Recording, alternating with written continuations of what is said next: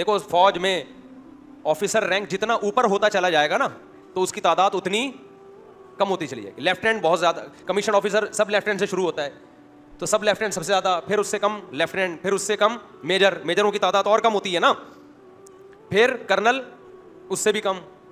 تو جتنا اوپر جائیں گے پھر آخر میں سب سے بڑا چیف آف آرمی وہ ایک ہی ہوتا ہے, اور جتنا نیچے آئیں گے تو یہ تعداد بڑھتی چلی جائے گی. یہ اللہ کا بنایا ہوا نظام ہے کہ بہت مالدار تھوڑے سے ہوں گے, پھر تھوڑے زیادہ مالدار, پھر اور غریبوں کی تعداد ہمیشہ سب سے پوری دنیا میں زیادہ رہے گی.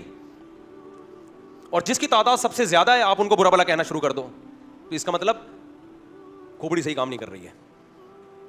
تو اب میں آپ سے ایک بات عرض کروں گا, دیکھو یہ تو طے شدہ حقیقت ہے, اللہ کی محبت کے بغیر دل اللہ کے ہاتھ میں, دل میں آپ سکون پیدا نہیں کر سکتے, یہ ناممکن ہے. اور یہ کس کے ہاتھ میں ہے؟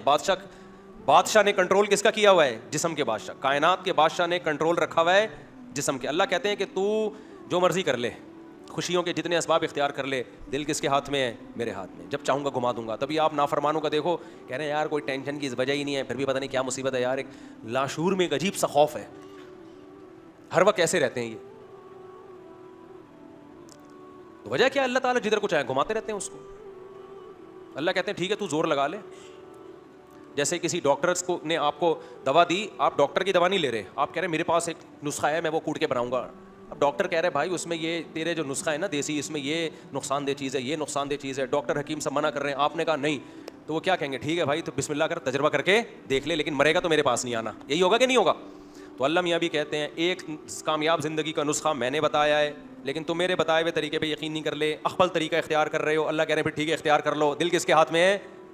دل تو ہمارے ہاتھ میں ہے.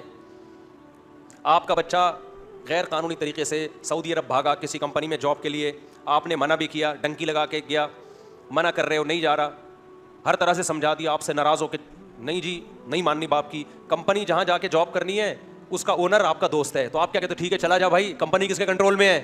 میرے کنٹرول میں ہے, میں جاب ملنے ہی نہیں دوں گا تجھے.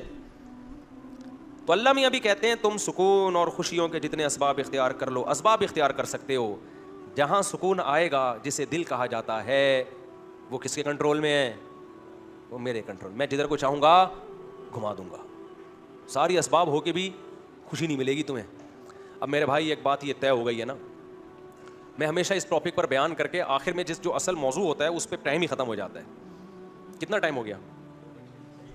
2:24 ہو رہے, بس بات کو سمیٹتا ہوں میں.